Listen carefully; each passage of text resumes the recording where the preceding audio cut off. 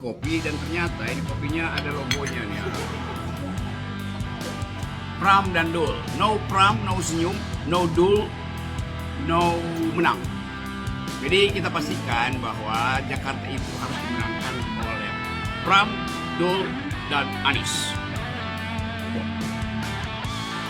Pramono Anung akan bertemu Roky Gerung hingga Refly Harun, bahas soal Jakarta. Pertemuan Pramono Anung dengan Anies Baswedan, Roky Gerung, dan Refly Harun menjadi sorotan tajam di tengah panasnya kontestasi Pilgub DKI Jakarta 2024. Dalam suasana yang penuh nuansa politik, langkah ini terlihat bukan sekadar diskusi ringan tentang masa depan Jakarta, melainkan cerminan kekhawatiran mendalam akan hasil pertarungan elektoral. Jakarta, dengan kompleksitas pemilih yang kritis dan dinamis, menjadi panggung yang menuntut strategi politik yang matang. Di tengah euforia dukungan publik terhadap kandidat lain, langkah Pramono ini tampaknya menjadi upaya untuk merebut kembali momentum. Anies Baswedan, mantan gubernur dengan karisma besar, menjadi magnet yang berpotensi menarik kembali masa pemilih yang mungkin bergeser. Dengan mengundang tokoh-tokoh independen seperti Roky Gerung, yang dikenal sering mengkritisi kekuasaan, Pramono seolah ingin membangun aliansi luas, mencoba menciptakan narasi politik baru yang dapat menarik simpati publik. Namun, di balik tawa hangat dan lontong sayur yang menemani pertemuan, terlihat bayang-bayang ambisi besar dan kekhawatiran akan kemungkinan kekalahan yang nyata. Strategi ini, meskipun tampak cerdas, tidak terlepas dari aroma keraguan. Apakah langkah ini semata-mata untuk menunjukkan kekuatan, atau justru menyiratkan kegelisahan akan lemahnya elektabilitas? Dalam politik, langkah proaktif seperti ini seringkali menjadi tanda bahwa posisi tidak sekuat yang terlihat. Jakarta, dengan dinamika politiknya yang intens, menjadi medan laga yang tidak mengenal ampun, dan setiap gerakan dihitung dengan cermat oleh para pesaing. Ditulis oleh Widodo Sihotang. Berikut analisisnya.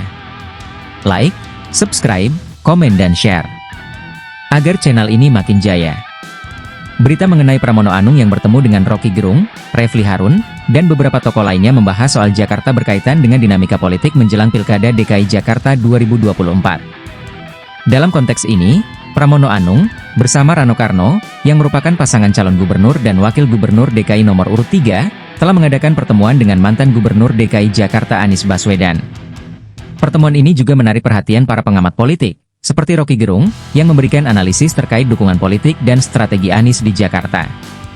Anies dinilai mengambil langkah pragmatis dengan menunjukkan dukungan kepada pasangan Pramono Rano, yang diusung oleh PDIP, dibandingkan pasangan lain. Langkah ini dianggap sebagai bagian dari upaya konsolidasi politik untuk masa depan Jakarta, mengingat pentingnya dukungan dari berbagai elemen masyarakat. Roky Gerung dan Refly Harun turut mengomentari situasi ini, membahas bagaimana dinamika politik di Jakarta, termasuk manuver Anies, dapat memengaruhi hasil pilkada. Diskusi ini menjadi perhatian karena menyangkut strategi politik menjelang pemilu serta arah masa depan Jakarta di bawah kepemimpinan baru.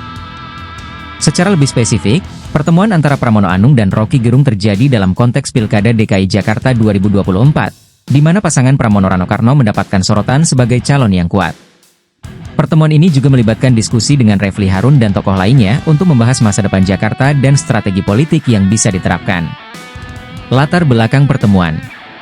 Pada 15 November 2024, Pramono Anung dan Rano Karno bertemu dengan Anies Baswedan di kediamannya di Jakarta Selatan. Pertemuan ini berlangsung dalam suasana akrab dan hangat.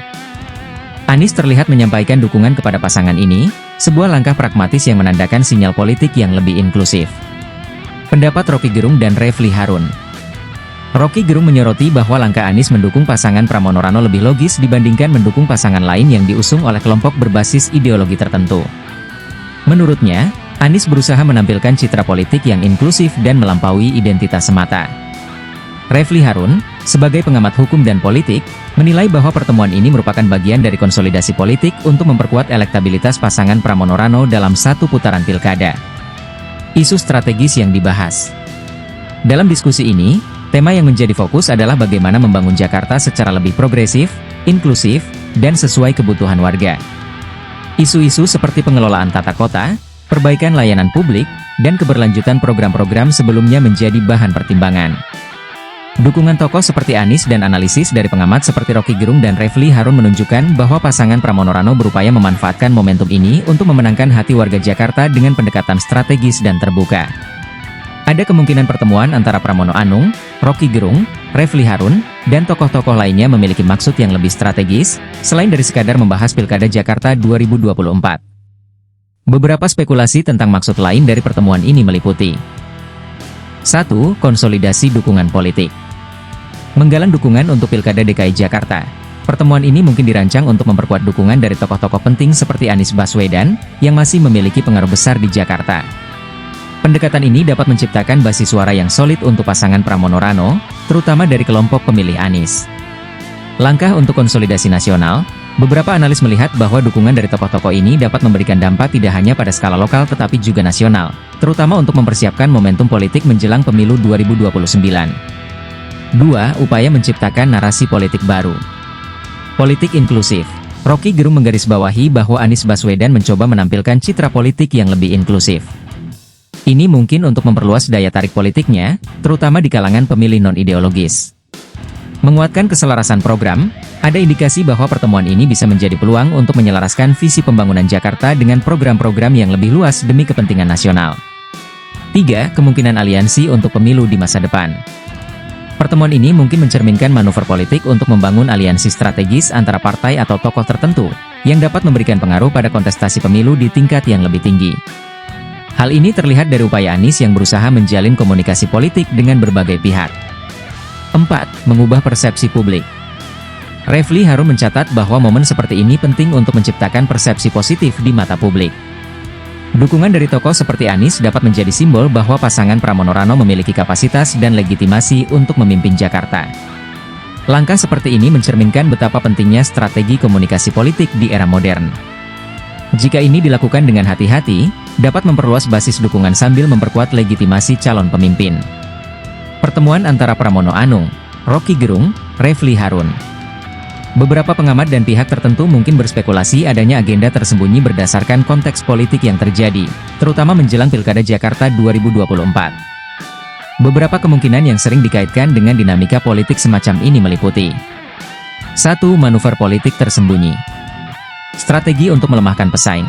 Ada kemungkinan pertemuan ini digunakan untuk merancang strategi guna menghambat atau menjatuhkan pasangan calon lain dalam Pilkada DKI. Dukungan Anies kepada Pramono Rano, misalnya, bisa dimanfaatkan untuk merebut basis massa dari kelompok tertentu yang sebelumnya mendukung pasangan lain. Kompromi politik. Bisa saja pertemuan ini memiliki unsur tukar guling, atau negosiasi untuk kepentingan politik jangka panjang, misalnya, pembagian kekuasaan atau dukungan politik di masa depan. 2. Membangun persepsi untuk menutupi tujuan lain. Citra politik yang dikendalikan. Dalam politik, pencitraan seringkali digunakan untuk mengalihkan perhatian publik dari isu sensitif atau kontroversial. Pertemuan seperti ini bisa jadi hanya sebagai panggung untuk menunjukkan persatuan, sementara agenda lain dikerjakan di balik layar.